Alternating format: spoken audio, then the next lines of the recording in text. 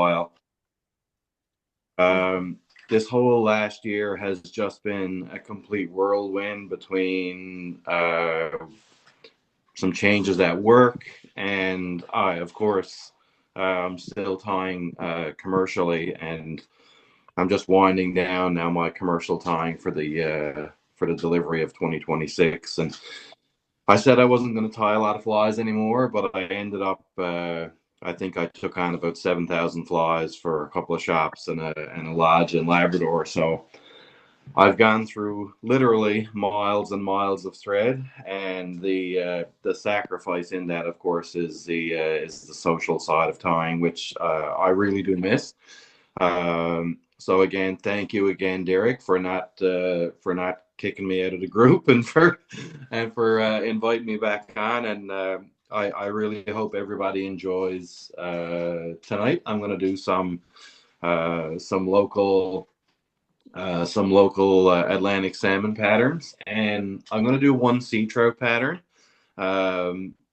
just to give you guys an idea of what we use here for sea trout, which is vastly different than what I see a lot of fly anglers using overseas for sea trout, which are, in all intents and purposes the same species.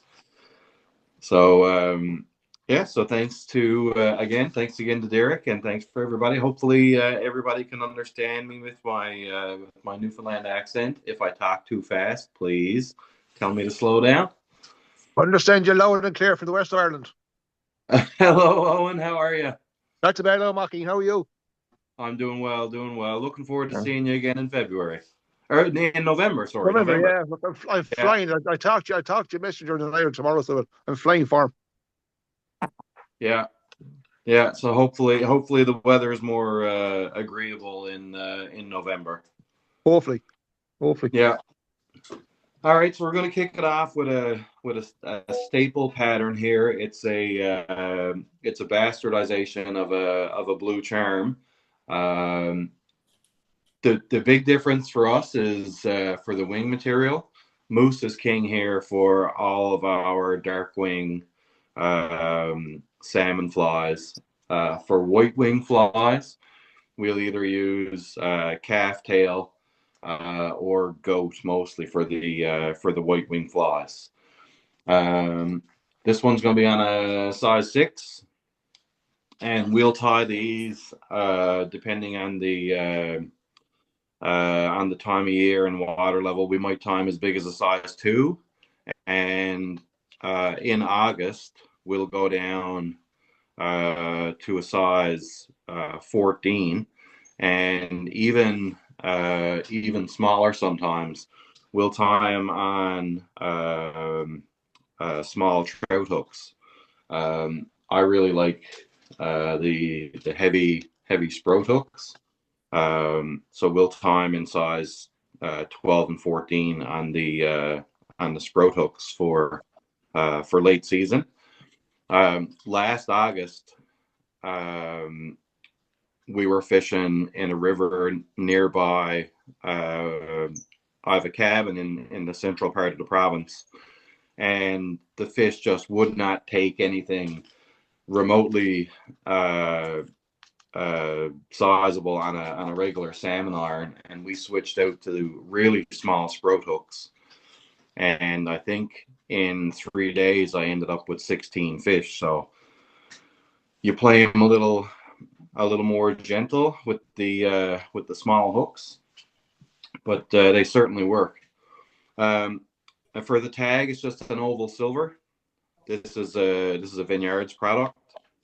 Jamie, can I just interrupt? Why the stiffer material for wings compared to the English patterns? I think so. Years ago, our fly tying is deeply rooted in material that was available. Newfoundland has never been a wealthy province. So when we had sports come over from the UK, from Ireland, up from the United States, and from Canada, they were bringing in these beautifully tied classic style salmon flies with the married wings, And one, we couldn't afford the material, and two, you couldn't get it here. So we just sourced material that we had. We had moose here. Moose were introduced in the province in 1904, and they propagated very quickly. So we had moose, we had black bear. We didn't have any deer. We had lots of red squirrel. Red squirrel is another popular wing material. Is And black bear not used much there? Because you didn't mention it. That's why I was asking. yeah, we will use black bear. It's not as popular, mainly because a lot of our black bears, when they're in the season for harvesting, it's their mating season as well, or Right. they're just coming out of hibernation. And when a black bear is marking his territory, he'll rub up against the trees, and it tears the hide up. So that time of year, the only part of a black bear that's fully usable for tying would be the mask, and the hair is pretty short on that. Yeah. Now, the So reason I yeah, was asked we use black bear. because the black bear was the main reason. Because I had a friend over here who ties an awful lot of salmon flies, and he was still trying to locate more black bear off me. Yeah. Thinking, well, they're going more softer materials here than you are over there. It's a hell of a Yeah. difference. Absolutely. Yeah. Yeah. Yeah. The black bear is used, but again, not on the same scale as moose. Even on our undertakers, undertaker is a very popular pattern here. And if you go to a fly shop here in Newfoundland, 8 out of 10 fly shops are going to have their undertakers tied with a moose. It's amazing how the materials vary because I got a lot of woodchuck, which you Yeah. can't get in the UK. Yep. Yep. It's just a difference. Sorry to interrupt you. No, no, no, no, not at all, not at all, not at all.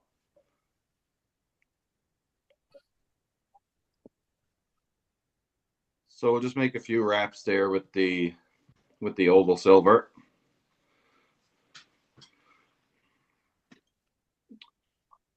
Yeah, so back just to speak on the history of fly tying here.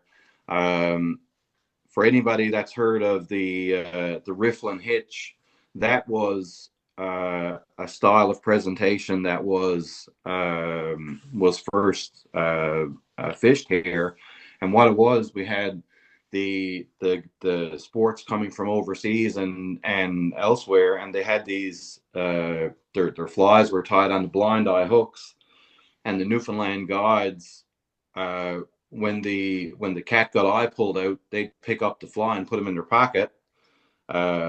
And to fish that fly, they'd tie a hitch on the head of the fly, as opposed to using the catgut eye, which was no longer usable. And it changed the presentation of the fly from being kind of perpendicular to the current to turning the fly on its side. And now it's one of the most popular presentations here. When I tie my wet flies, I'll leave enough space here on the head, forward of what will be the head, where you can tie a couple of half hitches here on the front part of the fly. And for the tag, again, kind of going against the grain here, most blue charms that you'll pick up here in the province will either be with a red or a green butt, as opposed to the gold and yellow. And again, it's not because the yellow doesn't work. It just tends that the red and the green on our rivers tend to work a little better. So that's what you'll see here in the fly shops for the most part. And then this little tag piece here, I'll show you what I'm going to do with that there. Again, just to make the fly a little more durable, we'll take that tag piece there, and we'll put what we call a hood, pop it over the top there, and then that that keeps that material, that butt material that I tied in there, from falling back over the tag end and covering that in. For the tail, pretty standard. Going to use some golden pheasant.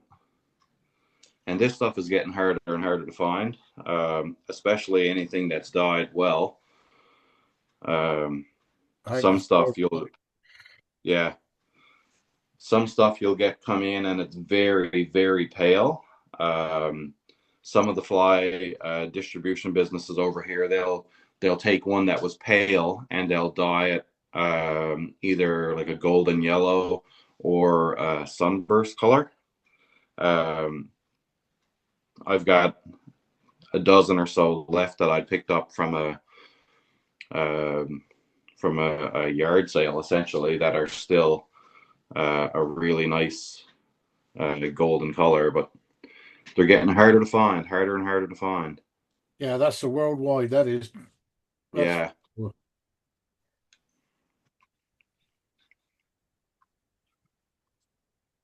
And we try not to have too much material fall behind the bend of the hook. You don't see a lot of patterns over here fished for Atlantic salmon that have the big long sweeping wings. Like if you look at like some of the Icelandic style tube flies, that stuff it doesn't fish well here. For whatever reason, our Atlantic salmon, if there's much material behind the tail, behind the what's the bend of the hook, they'll nip at the material, and we're only allowed to use one hook. We're not allowed to have any trailer hooks or stinger hooks, so it doesn't really jive with what our salmon will go after for some reason. And it's weird. I find it totally fascinating. I was over in Scotland a number of years ago on my honeymoon, and I got a day's fishing on the River Tay, and I had brought my own flies. And when I showed the guide what I had there for flies, he very politely told me to put it away. So, what's your water temperature over there then when you're fishing for salmon? So our season doesn't start until June 1st. So we're right at the beginning of the summer months. So it'll start off, low to mid single digits. But as the days get longer, the water tends to warm up quite a bit. It's not uncommon over here to fish Atlantic salmon in water that's, mid to high teens. So it's not really any difference in water temperature which is causing it? Nope. Yeah, it's just one of those weird little things that it's the same species, but for whatever reason, the flies that work here, I think you'd probably be hard pressed to get much action over in your guys' neck of the woods. And even not far from here, there's some other Atlantic provinces like Nova Scotia and New Brunswick that have Atlantic salmon, and they're only a couple hours away. You can fly to Nova Scotia in a couple of hours, and they use similar stall patterns, but moose is not it's not well used over there. They use some like Gaspé style bombers as opposed to the standard bomber that we use here. I'm going to tie what I'll call a standard bomber tonight, and the Gaspé style. They don't put deer here on the entirety of the body. They stop about 2/3 the way up or 3/4 the way up, and then they trim the body, and then they have a really fluffy front body section with hackle, a bigger hackle than what they'll use on the body. It's just and that particular style bomber here doesn't really work well. So it's fascinating that these that these fish that essentially kind of all congregate together somewhere, they just they don't like the same stuff. Speak a different language, that's what it is. Exactly, they're speaking a different language. You're exactly right. Those flies, Jimmy. I'm sorry? The flies, Jimmy, what you fish with, right? They're very similar in style and heaviness to what we fish in Galway in the weir. Yes. You only want a few hairs. Yeah. Not too much, because the mouths are so soft when they come up off the salt water. But if you go upriver, if you go upriver of the same fly, they're just heavy. Is that right? Yeah. Very heavy, Bristol. Yeah. Just when you spoke about there of a different region of the bombers, but flies like that, what you're tying there now, is what we fish with. Oh, okay. Yeah. And the objective is, when they're wet, for the hairs to be lying halfway in the body, so there's no resistance in on the fish. Right, yeah. So I understand exactly your theory. Yeah. The our wet flies are tied very sparse. Like you can see, there's not a heck of a lot of material in that wing. We don't often tie in the throat material in the what I'll call the traditional manner, whereas you would kind of wrap a hackle the same way as if you were doing a casa boom and then pull it down. These are all minimalist patterns, so they're tied sparse from start to finish. So this what I'm tying tonight, I'll call it a fishing fly. For something that I would tie probably for, if I was to do a social media post, I might dress it up a little more. But again, this is, if you were to go to a fly shop and ask for a blue charm, this is exactly what you're going to get.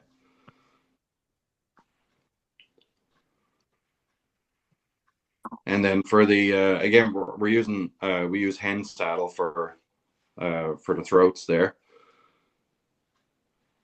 Quite sure. You won't often see them done over here with the more with like a rooster style collar. We'll use the like a smaller feather off the front of the hat, the saddle for that style. And then we'll just finish it off with a bit of black thread. So that's going to be our Newfoundland style dark-wing blue charm. Got all the triggers though, isn't it? Oh, exactly. It's got all the right parts. Like I say, the big differences are what we have in the wing, and you won't see him dressed too much with ostrich herl in between the body and the butt. You might see it in the odd one, but for the most part, very minimalist and tied sparse, and without the swirl or the mallard for the wing. I don't know if there's a fly shop here in the province that you could go in and pick up a blue charm and it'd be tied with mallard. There we go. And I'll try and move it a little closer to the camera there. Where's my camera? Okay. So you can see that space that I have forward of the head. That's where we'll put a couple of half hitches there. And when that fly fishes with a half hitch on it, instead of sitting this way, it'll turn it like this, and it'll skate across the surface. And under the right conditions, it'll just drive the fish wild.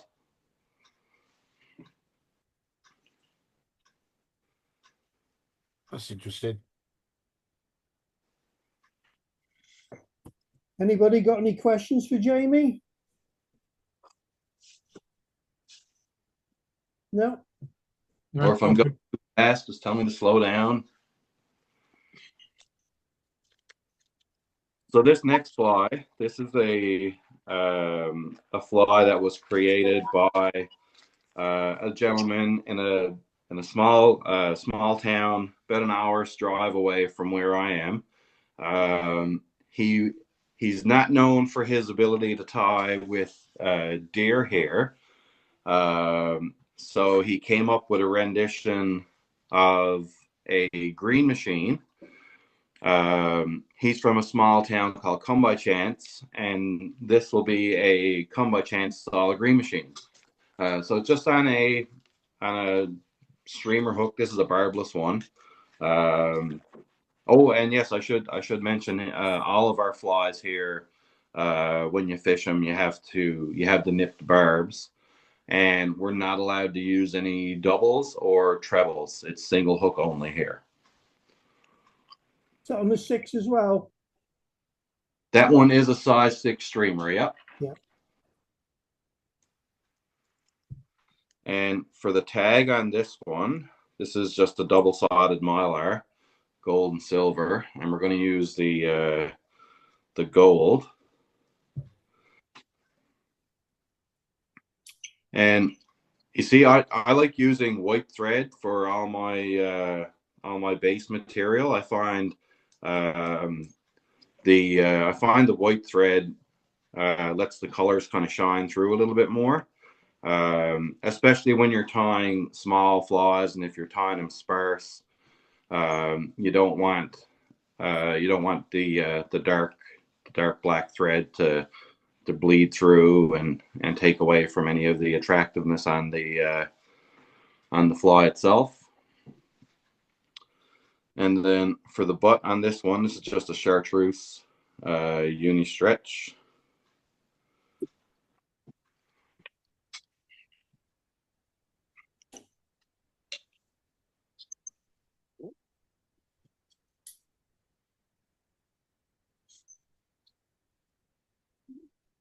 And we're tying this in the same way. I'm tying it over top of the gold mylar. I put in about twice as much gold mylar as what I want to have showing, and then that'll kind of shine through this lighter chartreuse color.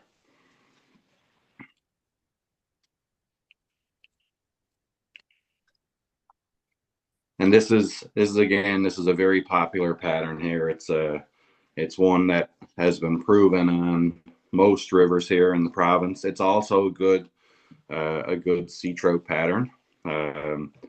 It works in the brackish water that we have here for sea trout, and it also works when the sea trout get up past the estuaries. It does fairly well there. And for the body material, this is like a forest green color. It's very similar to uni stretch. I found this stuff on Amazon. I think it's a thread that they use for making bikinis.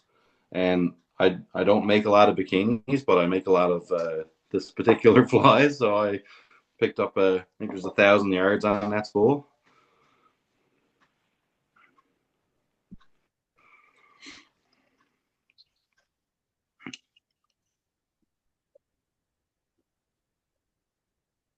And it sits the same way as uni stretch does. It sits nice and flat, so you can get a good shaped body out of it. I think, Jamie, if you can find a good floss like you have found, it won't make a difference if you're able to put it on the hook. It sits well. Absolutely, yeah. I don't like. I used to commercial tie one time for a couple of shops. And okay, I had accounts with big companies, but I still always looked outsourced stuff. Absolutely. At a proper price, yeah, that's the same stuff. Yeah, I can work with that. Goes well in the hook, so I can work with that, and that's the way I go. Well, and I still do it. With the price of materials now, I don't know if you guys over there are feeling it the same we are. Uni stretch and even uni thread, used to be able to get it for about $1.25 a spool, and it's just absolutely skyrocketed now. So for me, being a commercial tyer, if I'm tying, thousands of flies with a black body on them, and I can pick this up on Amazon for $9, as opposed to like these are 30-meter spools of unistretch. For the commercial side of things, yeah, absolutely. I don't think it's crazy how expensive things have gotten here in the last little while, and it doesn't appear like we're going to be getting any relief with I spool anything. my own thread, Jamie. Yeah. I spool my own thread. Oh, is that right? Yeah, I buy the 1,000-meter uni from one of the wholesalers I have account with. So okay. Yeah. On the drill side. That works too. Yeah. Yeah. I haven't gotten into spooling my own thread yet. Now, I'll have a good chat with you there in November about that. Sorry, Owen? I'll have a good chat with you about that in November. Oh, guaranteed. I'm looking forward to it. I'm very much looking forward to it. Yeah. So I switched out to a green thread, and this is a trout-sized whiting hackle, and I'm going to polymer that down over the body,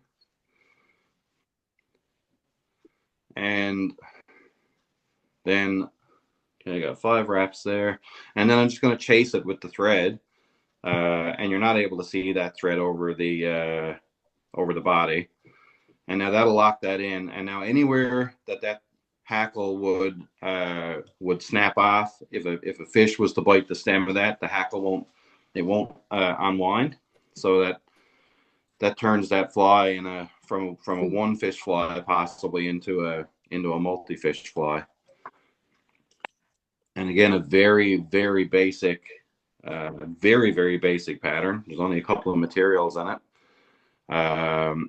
But one of those patterns that if you're fishing any of the rivers over here, you want to have at least a couple of these in the box.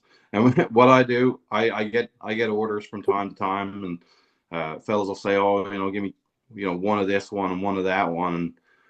And, not that I'm trying to upsell them, but I'll tell them like, "Hey, like when I'm doing it for my own box, I have 3. I have one for the line, one for the box, and one for the trees, because I'm guaranteed to get one in the trees." I'll put it back on in a minute. And so this here, I'll try and get that one in focus for you there. So that would be a Comebychance Green Machine. And there are little variants of this as well. Some fellas will tie them with some crystal flash for a tail.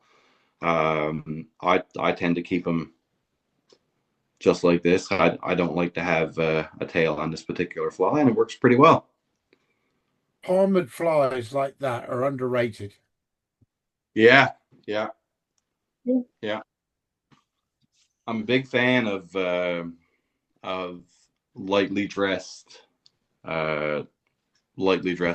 I must say, there's a time and place for everything, and that's just that's one of them that is an absolute killer here. I'll show you some sparse flies in November. Right, out of my own box. I'm gonna have to wear my baggy clothes. If I see anything nice, I'm gonna nip it on you. Well, they're doing it for you, Really a gift. Jamie, the name Comebychance, how do you spell that? Come. Come, yeah. And then by, Yeah. And chance, Chance. Oh, don't by chance. Oh, see. I thought you said come by chance. Yes, that's what it is. Yeah. Magic, thank you. No problem at all. So this next one I'm going to do, this is wrong color. This is just a seal's fur streamer. that we use for sea trout. Again, it's on that same number 6 streamer as the Comebychance Green Machine. For sea trout, you can use doubles, you can use trebles. This is on a barbless hook. Our sea trout population here is pretty healthy, but I tend to, I'll keep a couple throughout the year, but for the most part, I tend to put them back because they really get hit hard, and a lot of people just don't. They're not able to put fish back, which is unfortunate. I'm okay with keeping a few here and there, but I don't need to kill everything that I catch. So for the tail on this is just the pheasant tippet. Again, this is also going to be a very sparsely tied fly. There's nothing fancy about this fly. We tie him in a wide variety of colors. I'm going to tie this one in orange, but we'll tie him in blue. We'll tie him in green, chartreuse, black sometimes. The most productive color tends to be orange, and I think it's got to do with when the sea trout are out in the ocean. There's some small crustaceans around our shoreline that happen to be orange in color, and those are the ones that they really like, and this imitates it pretty well. And the presentation for this, it's a cast and strip presentation, and some fellas that are really keen at fishing it, when they're retrieving, they'll put the rod under their arms and they're just pulling the line in as fast as they can. And when the sea trout are feeding, they really attack this particular pattern. And for the rib on this is just a gold oval.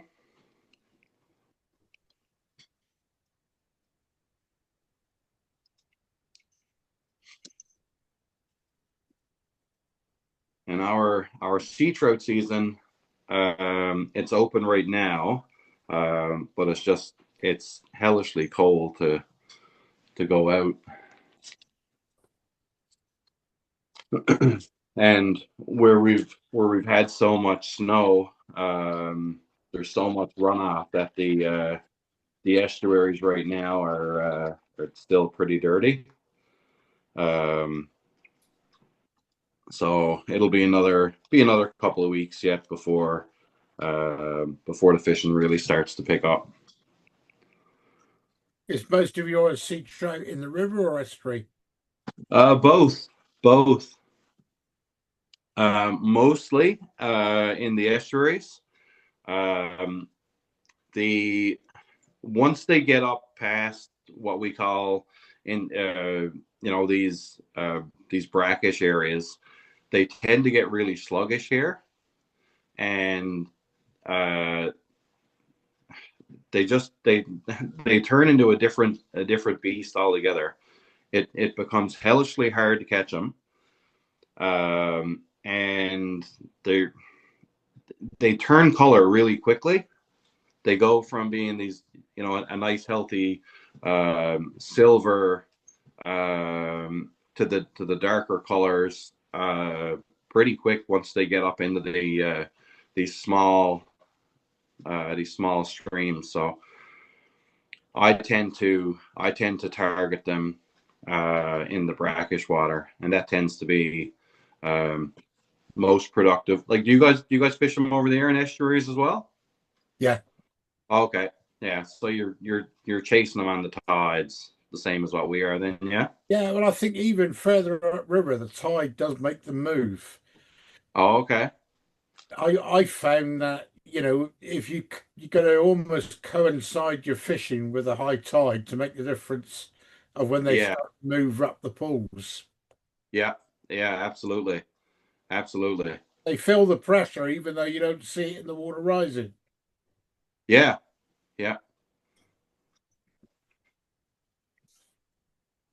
And this, for the body on this, sorry about that, this is the natural dyed seal's fur. Are you guys allowed natural seal products over there or no? I think they've outlawed it recently. Oh, okay. But That's if you get it. people have got a load of the original. Oh, okay, yeah.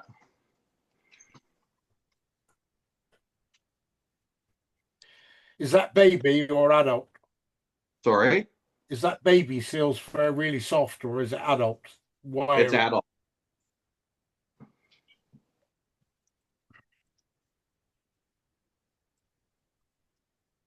One of the things that was the downfall for the for seal products here was the use of young seals.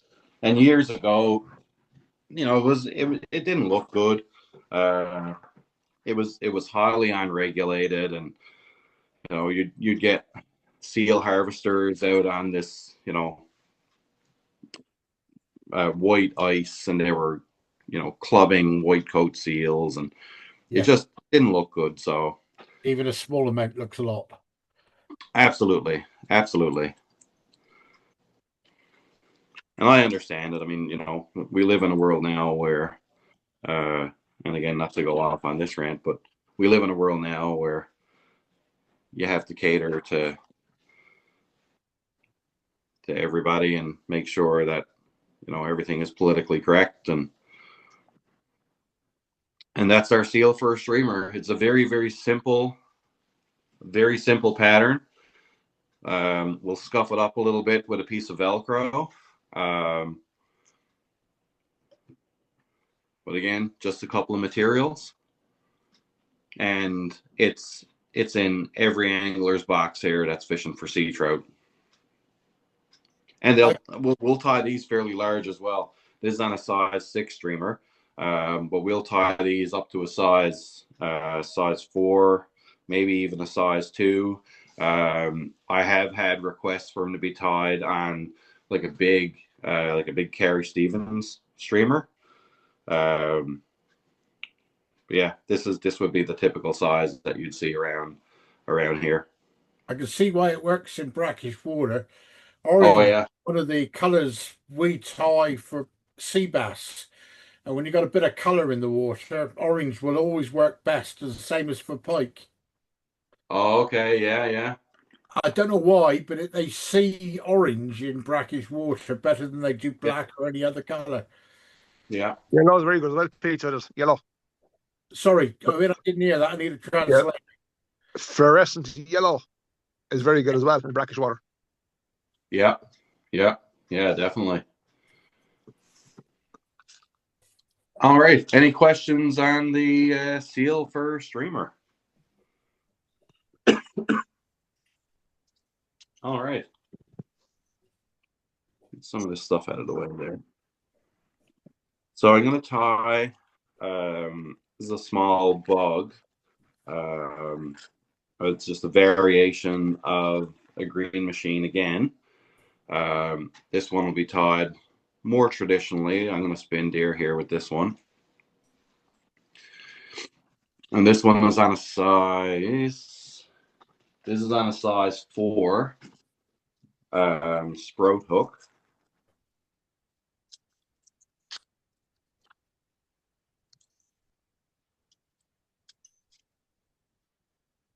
And for the tail on this one, I like to use some Crystal Flash.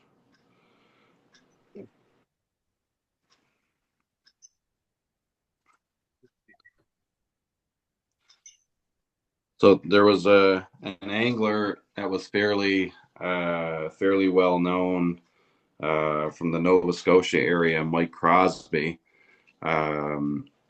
He owned a couple of lodges up in Labrador, and this is one of his favorite patterns. Sadly, he passed away there a couple of years ago.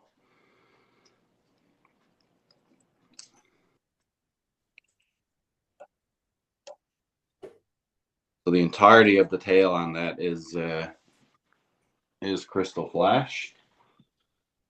And I'm gonna, for the butt on it, micro Chanel. This is a suede Chanel size 12.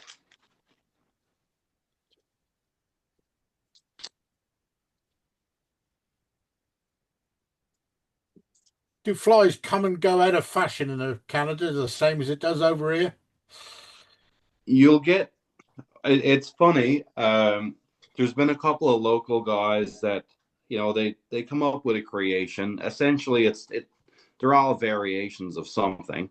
But you'll get a guy with a purple-bodied fly with a gold tail and a moose wing and a gold throat, and he gets a salmon on it, and he posts a photo and he puts a name on the fly, and then everybody needs it for 1 year, and then it's forgotten about over the winter. So it definitely happens. You'll always have your core flies, your blue charms, your undertakers, thunder and lightnings, and then your bugs and your bombers. Those are pretty well in every angler's box here in the province. But yeah, you'll definitely get some that kind of, they come in with the fury, and then they fade out, and then yeah, they are forgotten. And it's too bad. Like there's a lot of older flies that are maybe a little more tricky to tie. And a lot of the newer age fly tires, they've kind of moved away from that, and they're just tying to, to sell a couple of hundred flies a year. And the stuff that requires a little bit more skill, a little bit more attention to detail, those tend to be lesser tied. Do you fish with the Monroe by chance? Monroe killer? No, that wouldn't be a popular one here. No. Surprised. Yeah. Just something I just wanted to ask. That's all. Yeah. I have tied it, and I have tied it to sell, but it's probably, I don't know, commercial wise, I probably have tied and sold, I don't know, maybe 200 of them over 5 years. Jesus. As opposed to like a blue charm or an undertaker. I've dozens of those every year. Yeah, we get a lot of fly tying companies bringing out numerous products, and tigers pushing new flies because of it more than actually the effectiveness. Absolutely, yeah, absolutely, yeah.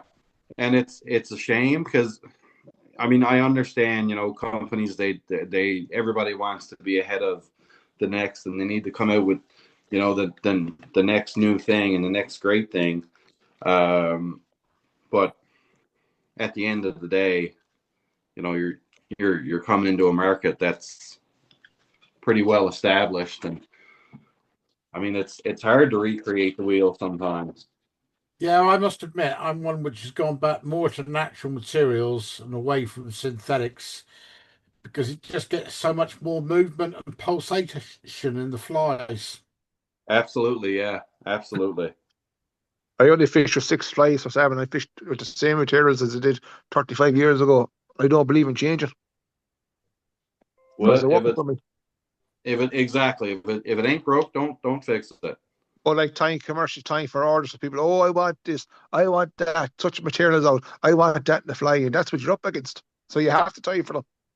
Exactly, yeah. And you try to convince them, oh, you don't need that. It's only fucking money catcher. No, I want that. So you're no choice. Yeah. You got to do it if they want it. Yeah, your flies there on display, and that's what they're expecting. If they order a fly off you, when you're sure you have a fly just for display, that's what they expect. Yeah. I wouldn't myself. I wouldn't fish with any flies I have on display for sure, because they're too well finished, they're too well done.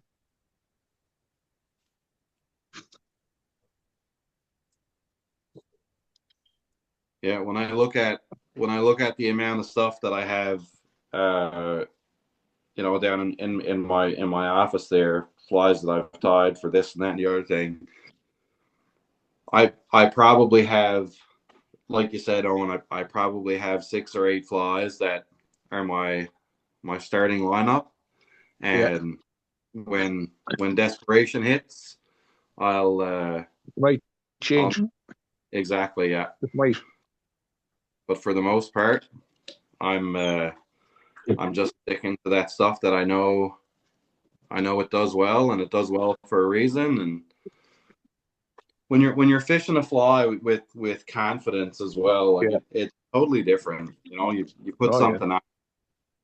If you're, remember there a couple of years back, back in the Earth, I was fishing many woolly guns, you know, and black shrimps, and this guy was fishing, but he's fishing all complete opposite to me. I got a fish. I said, you know, fish one of these flies here. He said, you don't seem to change, and you're it's look why you fix what's broke. I said, I have different sizes, different waters. But anyway, right. fished. I got a fish. Oh, jeez, say fishing that now, and you got a fish on there. Now here you can keep that. I go back to my willy gun.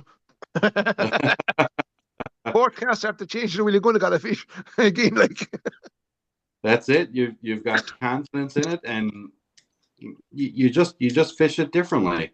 Yeah. Oh yeah. Yeah. More often than not, you don't catch because they're not feeding. Exactly. Yeah.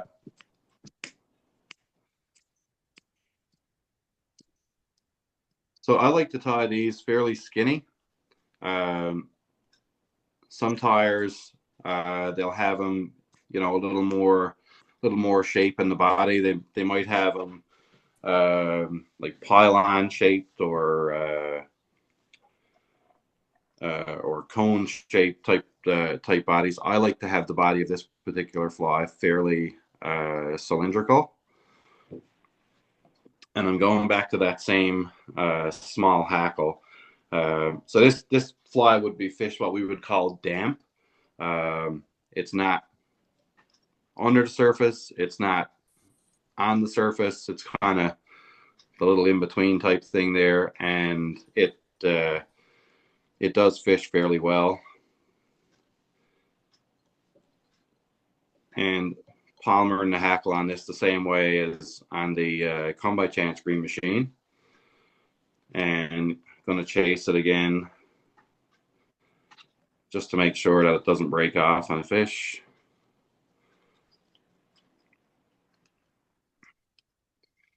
And there we go. Great color combination. Yeah, green and chartreuse and green and brown.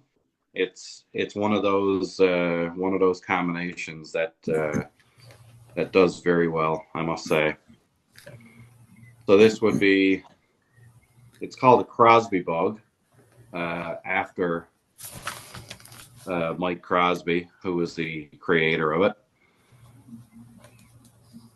But again, it's a variation of a deer spun green machine, and again, one that does particularly well in Labrador. I send a bunch of flies to a lodge in Labrador, and this is one that they do very, very well on, I must say. Jamie, can I ask a question? What was that Absolutely. What was that white material you wrapped over the rear of the hook before you tied the deer hair on? Sellotape. Oh, crystal flash. No, not the tail. The white, it looked like transparent tape or something you put over to stop when you... You're like absolutely right. Sellotape. Myself and Owen we were talking, and I forgot to include this step. So all it is, it's just regular tape. Oh, all right, tape. And what I'll do, prior to spinning the deer hair, I'll just put some tape over it. Right, just to protect. And it keeps it just protects it. Yeah. And then when I'll do it again, I'm going to tie a bomber here next. Thank you. I'll do the same. The Scotch Invisible, isn't it? Sorry? Is that the Scotch Invisible? It's not quite as tacky as the sellotape. This one it's opaque. Opaque. Okay, yeah. Thank you. I find the clear stuff tends to be, or some of the clear stuff that my wife picked up. Like you can see how easy that came off, and it didn't really disturb that synthetic material there at all. Yeah, thank you very much. the clear stuff that she's got there, it would really stick to that, and then it just causes trouble for me. Yeah, sorry about that. You can do the same with masking tape, can't you? Yeah, masking tape would work. Absolutely, yeah. So I'll tie a bomber now. And that last fly you tied, that looked like it was going to be a lot more buoyant than sort of like a woolly bugger. Yeah, yeah.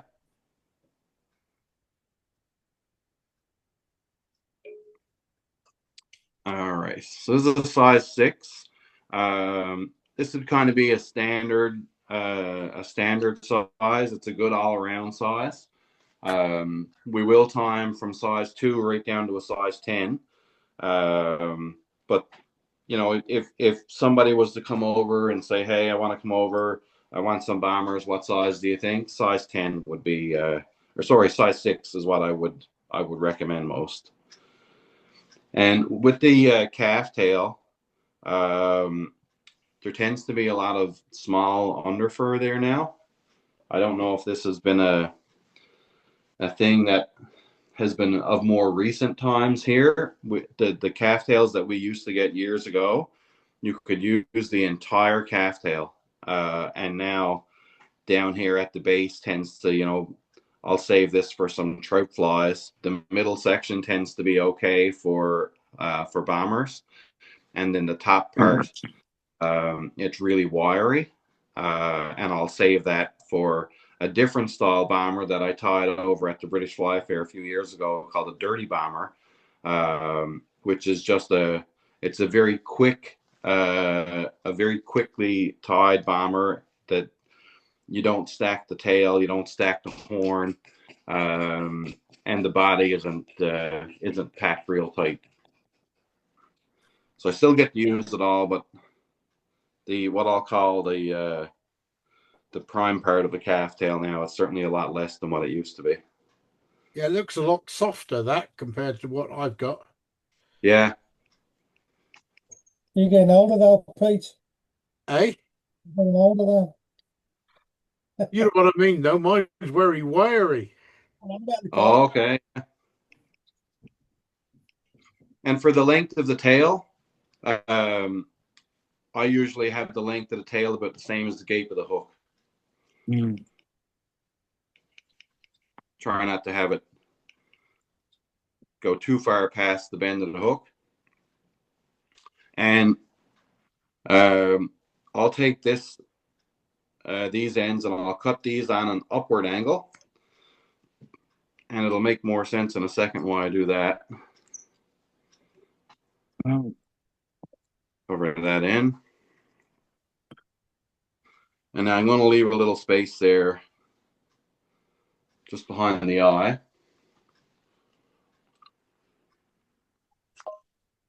Make another pinch.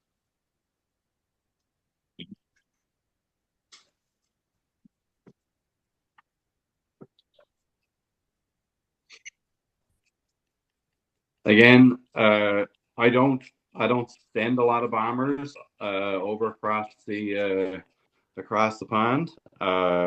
I did send a bunch last year to a couple of customers, and I just had a guy reach out from Finland. He wanted bombers, so he had some select patterns that he wanted, but it's not a real popular style for you guys, is it? For salmon.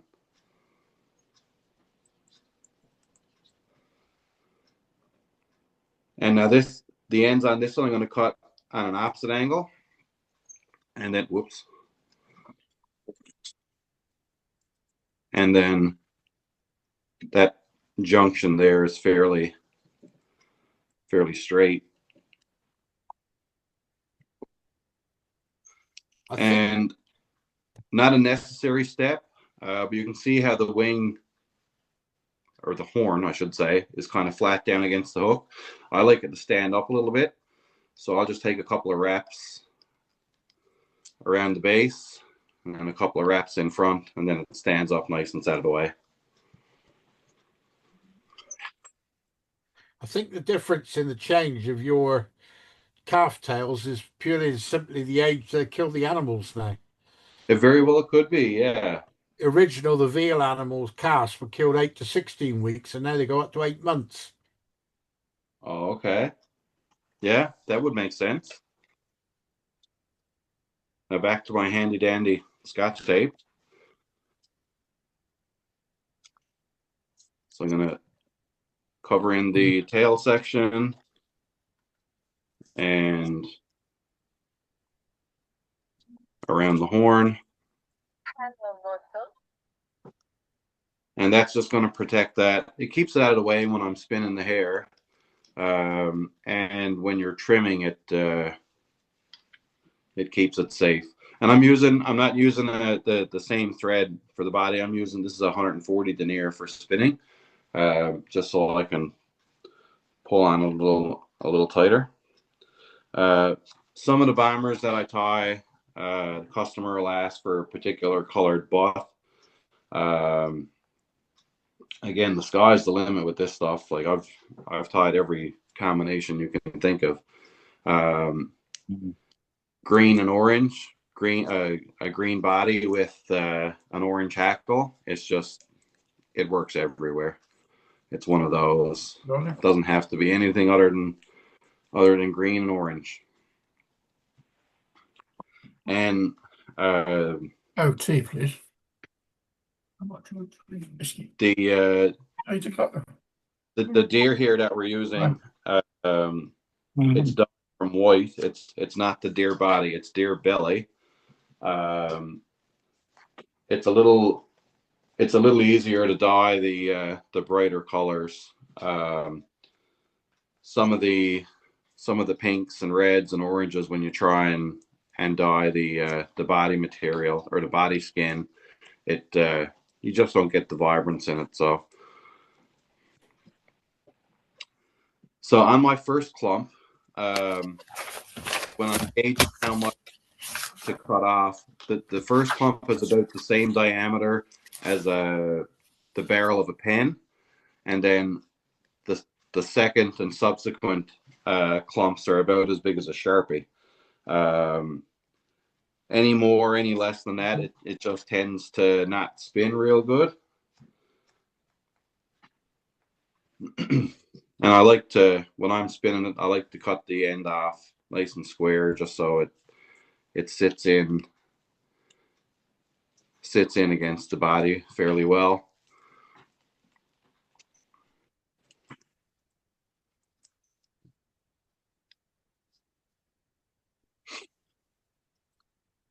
And again, this is a very widely varied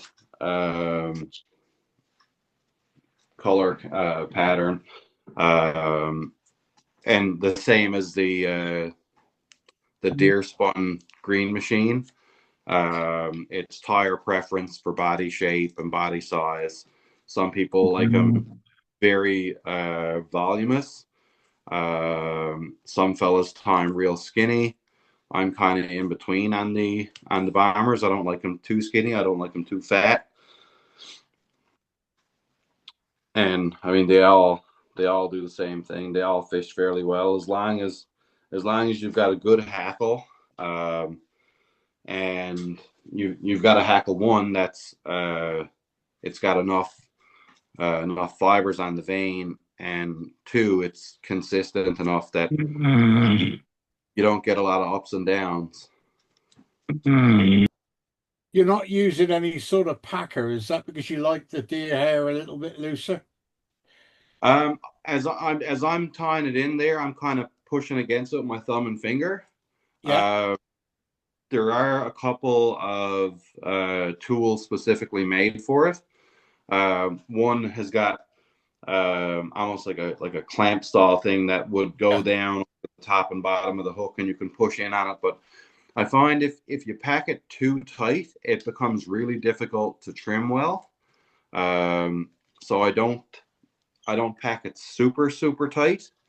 As long as it's tight enough that it'll make the fly float. That's kind of where I like to be for for a sweet spot.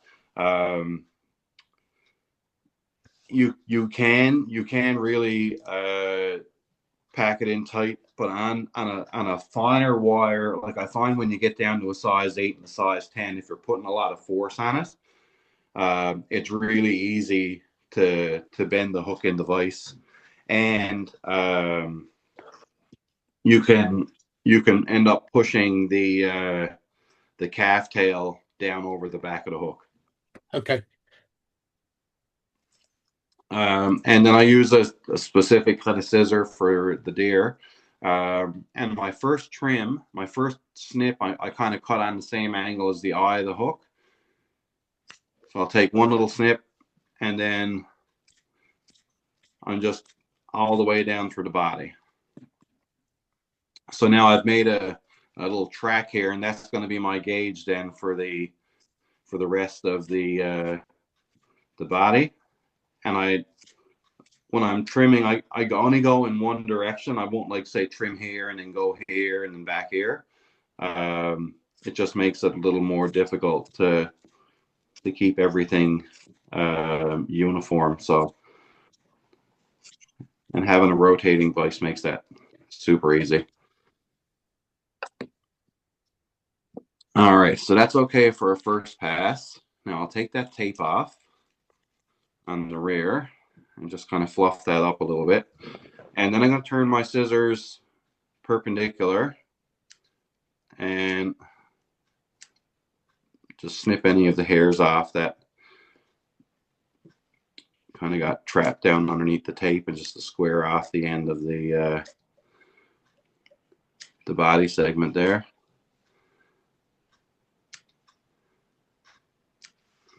There we go. Now, so that's not going to be our final shape. And I'll just take a little more off.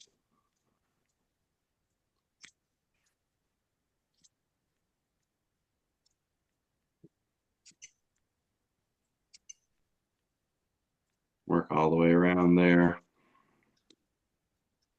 And that's pretty okay there.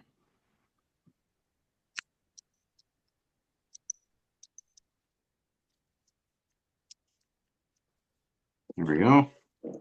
Now I can take the front piece of tape off, and then any hair that got caught under the tape, I'll grab that with the pointed scissor.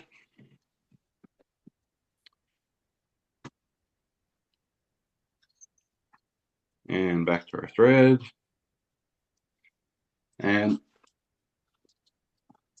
for tackle on this one, this is the Ewing bomber saddle. It's been so difficult to find good, appropriately sized bomber saddle these last number of years. So when I find it, I tend to buy whatever I can hide from my darling wife. Whiting. The American whiting style hackle too big now, do you?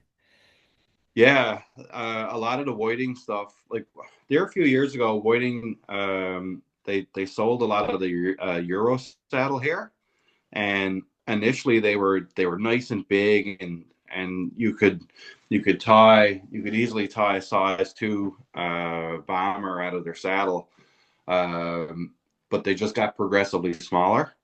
So to tie size 2s and size 4s now, the only thing that I can find is the Ewing stuff. And then for the hackle, I'll peel off just the end of the stem there, so there's a little bit of a tag there to tie in. And I'll catch that underneath there, and I'll bend that back over and lock it in so it won't pull through as I'm palmering the hackle. I'll snip that off. And for the first strap, I like to put a first strap in front of the wing. That's just something that I've got into. And the next strap is right behind.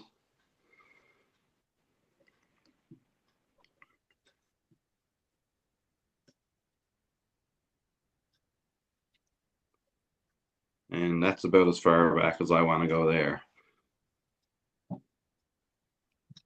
So when you look at the size of the hackle, you don't want it too long. I like to have the hackle length right in line with the continuation of what would be the hook point. I find any more than that, the fly is a little unbalanced when it's on the water.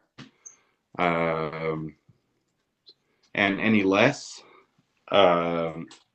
unless you've really, really packed a ton of deer here in, or you've got, 10 or more wraps of hackle, the fly just won't, it won't float properly. So I like to have 6 or 7 wraps there, and the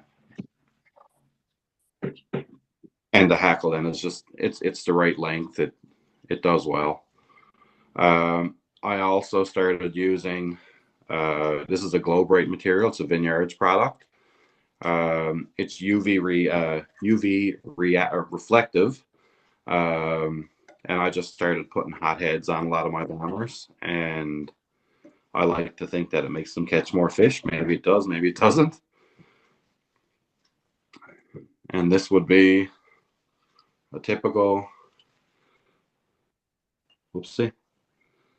Does that represent any fly which you've got out there in color wise or size? No, not at all. Not at all.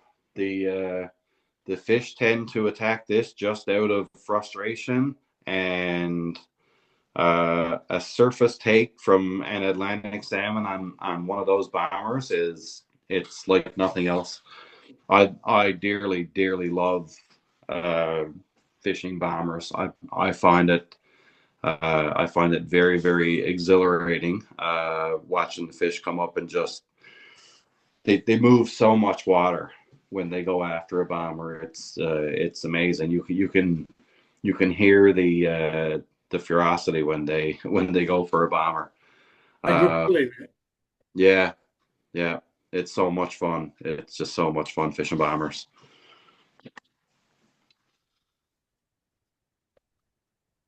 So those are 4 staple Atlantic salmon flies for Newfoundland and Labrador. I'm just going to reposition myself, and I'll come on the other side of the camera there. And if you guys want to have a little chat about it, we can certainly do that.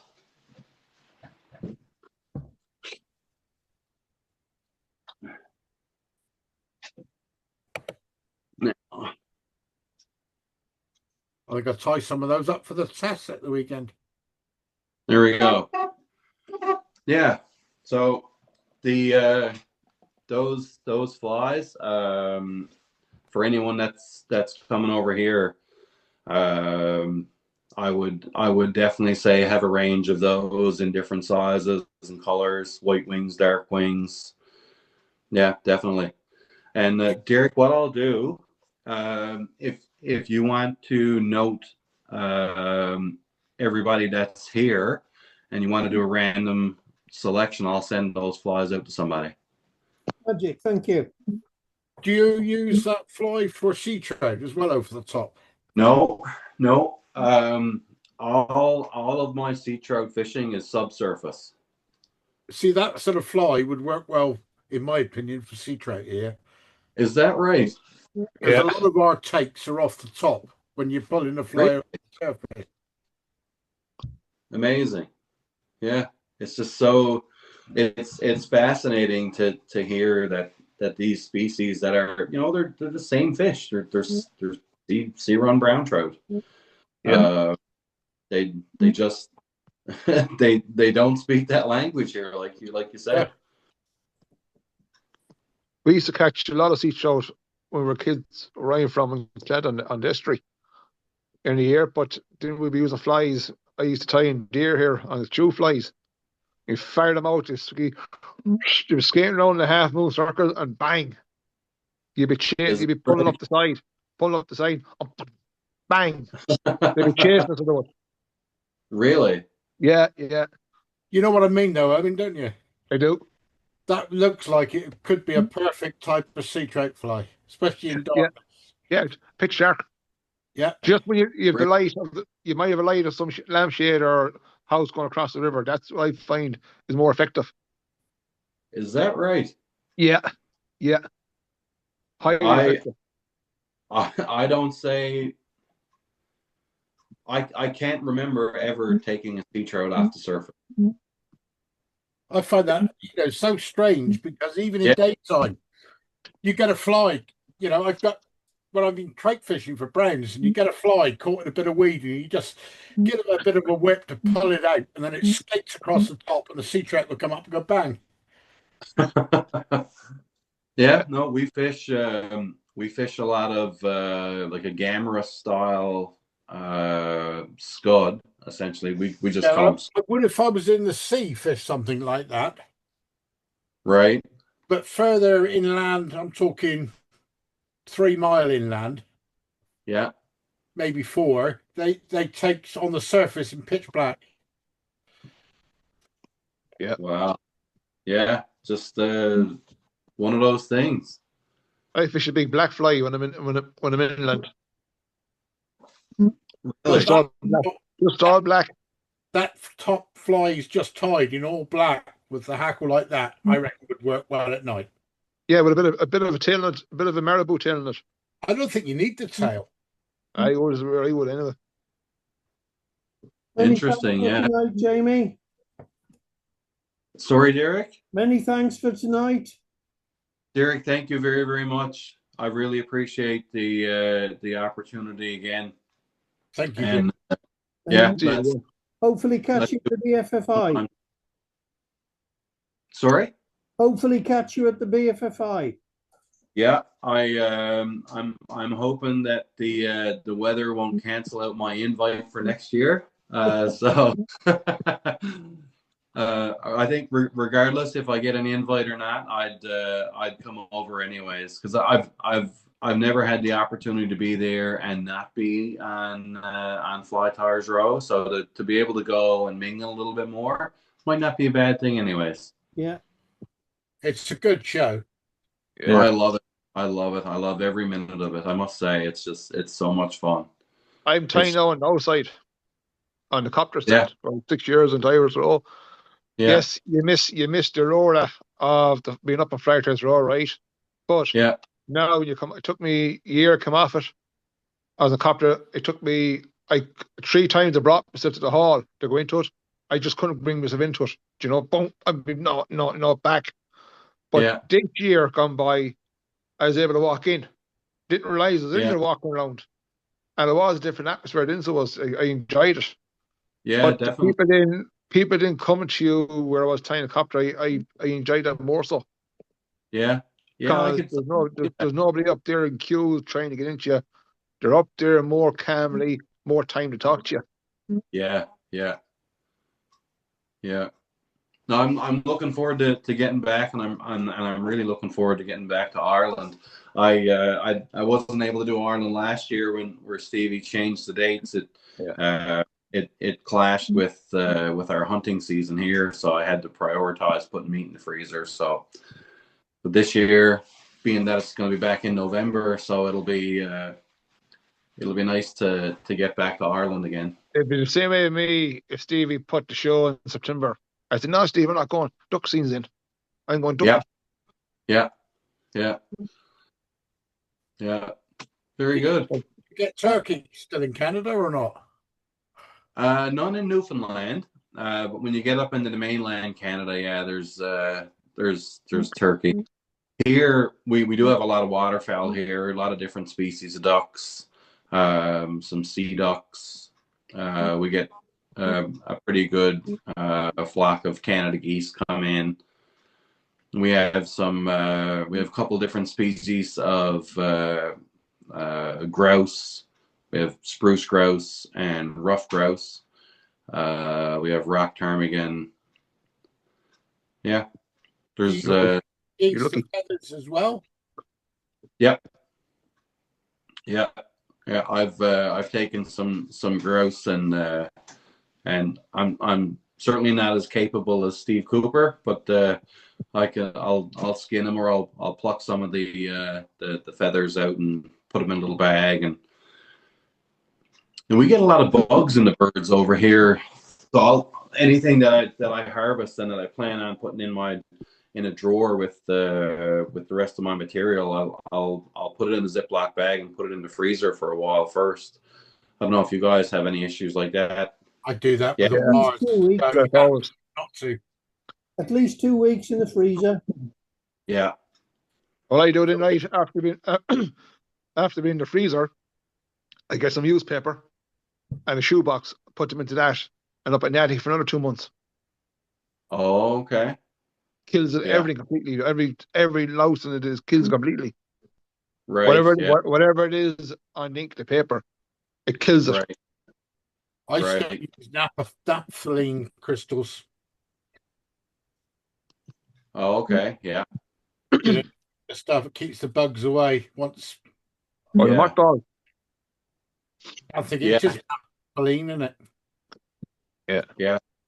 A friend of mine, he just recently, or well, in the last couple of years, he lost an absolute ton of hackle and hair. It was some weird, a really, really small, I don't know what it was, but it was a small bug. And when you killed it, when you rubbed your fingers together, there was like a shiny powder that was on the body of the bug. It was some sort of small moth, I guess. But he lost hundreds and hundreds and hundreds of dollars worth of hackle. They just Carpet moth is what we get the problem over here with. Biggest problem. Oh, okay. Yeah. Once again, Yes. thanks for tonight. I give you a tip, guys, what I do after my flight time. Sometimes you might have come to something you could have residue in your fingers. I wash my hands in hot water and carbonic soap. Oh, okay. Yeah. Yeah. Or a disinfectant soap. Right. Yeah. So if some people could forget them to go downstairs and grab something, or they might have another table downstairs of flight time stuff. Right. So I'm making sure I'm not going to get caught. Yeah. First thing I do, out of the room, into the bathroom, hot water, carbonic soap. Yeah. Yeah, that's a good point. Yeah. Everything's killed. Yeah. Yeah. Excellent. Good. Cheers, Jamie. All right, Jimmy. Talk to you in November.